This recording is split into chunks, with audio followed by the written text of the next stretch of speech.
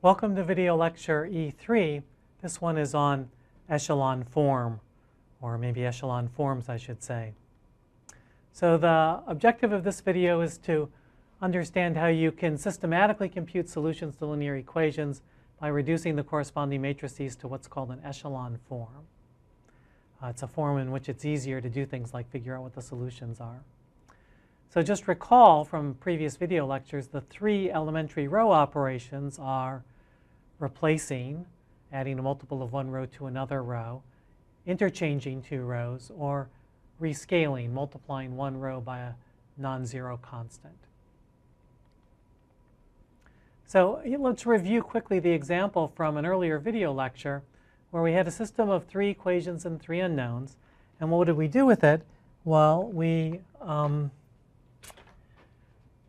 first we converted it to a matrix form, and then we did a bunch of elementary row operations. And let's just recall what these row operations were. We're sort of trying to make the matrix as triangular as possible. And so what happens here? Well, this is just the conversion process from one matrix to another. And now here, what did we do? Well, so I'll let you think about it for a second, but it looks like what we did is we just interchanged rows 2 and 3. And if you want, you can write something like interchange 2 and 3 or something. It doesn't matter what notation you use. There's no standard one, and the book doesn't have one. And now in the next step, what happened? Right, we scaled the top row by a half. So here we have 1/2 times row 1. And what happened in the next one? Well, it looks like we used this 1 to zero out the 3, and in doing so, since we have to operate a whole row at a time, what did we end up doing? So we ended up with the new row 3 became, so it's -3 row 1 added to row 3. Okay? And so now in the next one, what happens? Well, it looks like I just copied the same one by accident. Oops. But you could think about it as, well, you rescaled one of the rows by 1, right?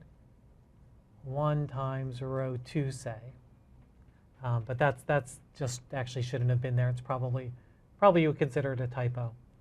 So now we're going to use this 1 to zero out that 6. So when you do that, you're adding -6 times row 2 to row 3.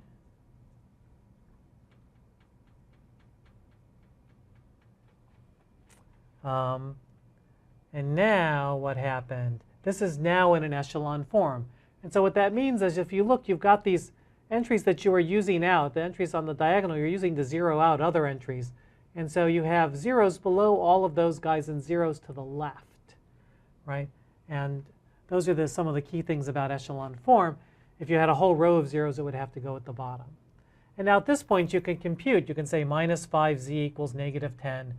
So z equals 2, right? And then once you know z equals 2, you can make this y plus 2z equals 3 and solve for y, and then you can solve for x. Doing that step by step is called back substitution, right? So you can do that, or if you're trying to get all the way to a solution, sometimes it's useful to keep going and say, all right, what do I do to go from here to here? Looks like I divided the third row by -5, right? So I took row 3 divided by -5. And now I come over here, and what happened? Looks like I used this 1 to zero out that -3. So I think I have 3 row 3 plus row 1. Now finally here, I use that 1 to zero out the 2. And so I've got -2 row 3 plus row 2. Okay? So at this point, it's now in reduced echelon form, and you can really read off the solution is that z equals 2, y equals -1, and x equals 2. Okay?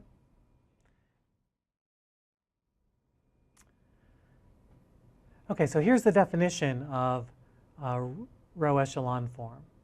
The rule is that any rows of all zeros go at the bottom. That's the first rule.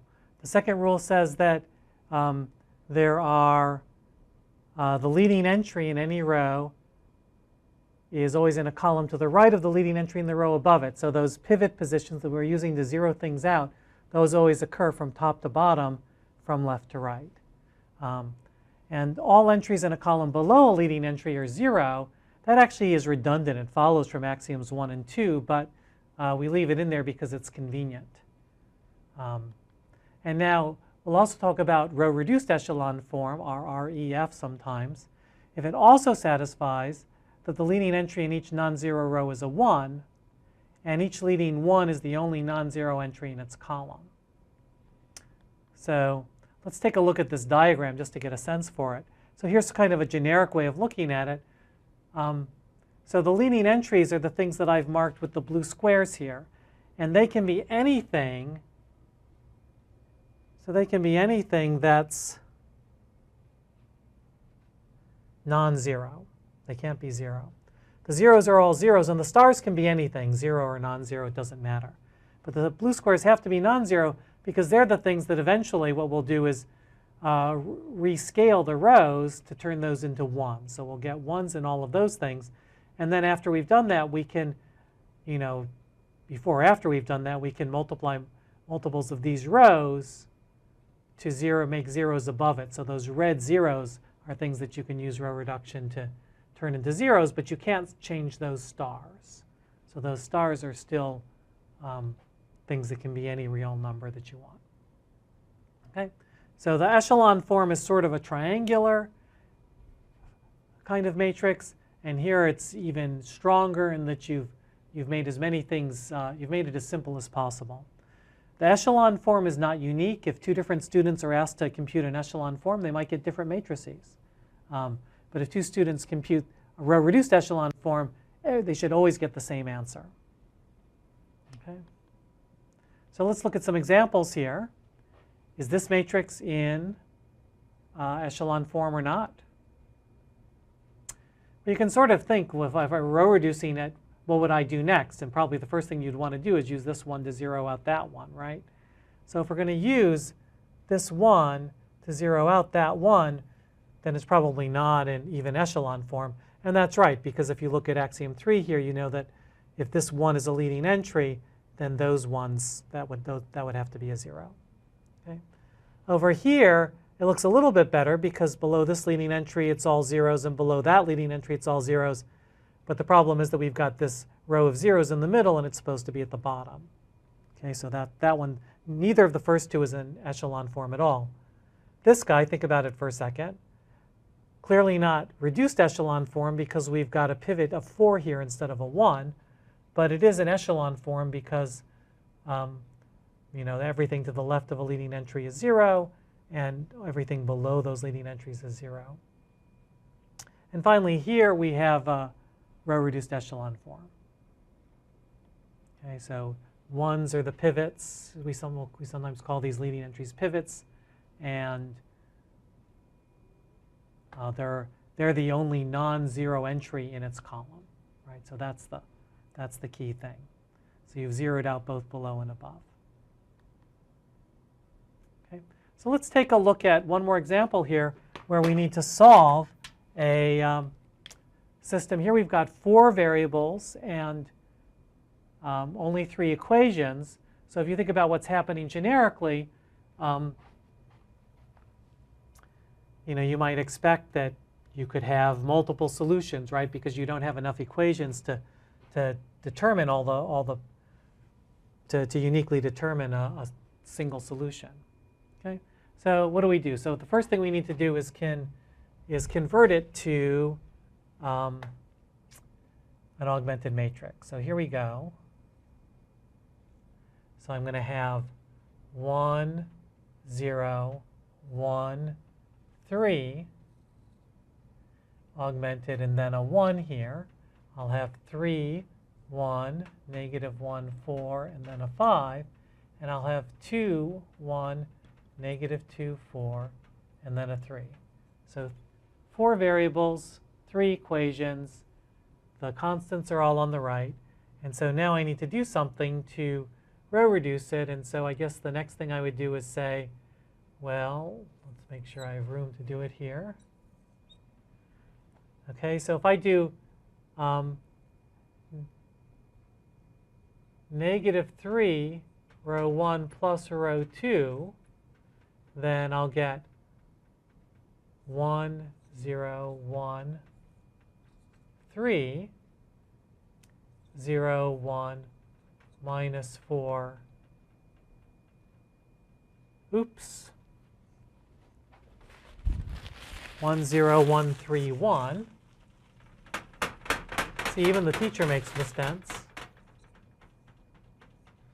0, 1, minus 4, minus 5, 2, and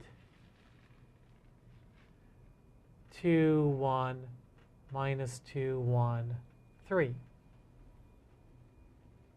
Okay, so what happens next? Well, if I add twice row 1 to row 3, right, that's the natural thing to do, then I'll end up with 1, 0, 1, 3, 1, 0, 1, minus 4, minus 5, 2, and 0, 1, minus 4, minus 5, 1. Now already you sort of notice, hey, these equations are very similar except they have a different constant at the right-hand term, so maybe you would sort of bail there and figure this can't possibly work. But you can make something that's very clear by now adding the negative of subtracting this row from this row, and you'll end up with 1, 0, 1, 3, 1, 0, 1, negative 4, negative 5, 2, and 0, 0, 0, 0, negative 1. Okay? So think for a minute about what that means. What that's saying here is that this is saying that this last equation is saying that 0x1 plus 0x2 plus 0x3 plus 0x4 equals negative 1. In other words, 0 equals negative 1. And that can't happen, so therefore there's no solution.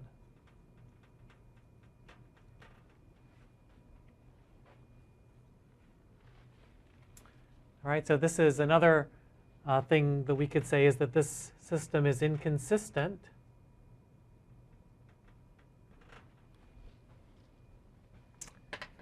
And now you see, we could have done more maybe to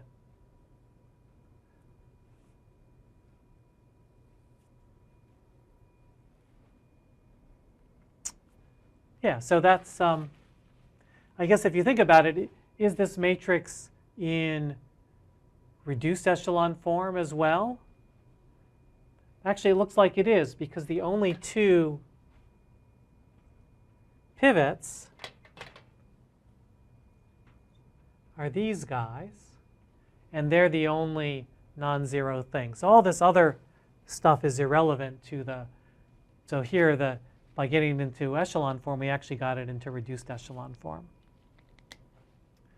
Now, if on the other hand, what had happened, just as if we had had a slightly different equation, suppose at the end of the day, instead of getting this, we had ended up getting 1, 0, 1, 3, 1, 0, 1, negative 4, negative 5, 2, and 0, 1, negative 4, negative 5, 2. Suppose these had been the same.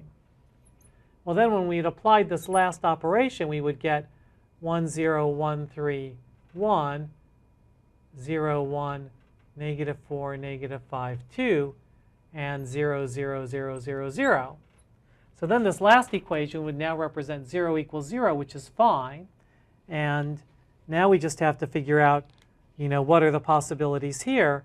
And you see that what you're really saying here is that this says that x2 minus 4x3 minus 5x4 equals 2.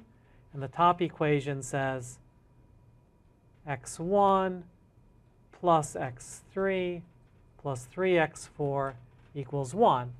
So if I pick any values that I want for x3 and x4, then I can solve for them in terms, I can solve for x1 and x2 in terms of x3 and x4. Okay, so that makes me happy because in that case I know that I can find multiple solutions, in fact, because I can freely pick x3 and x4 to be any real numbers I want and then write x1 and x2 in terms of them. So we'll see how to do that a little bit more systematically in upcoming lectures. But I think that that's it for this video lecture. Thank you for your kind attention.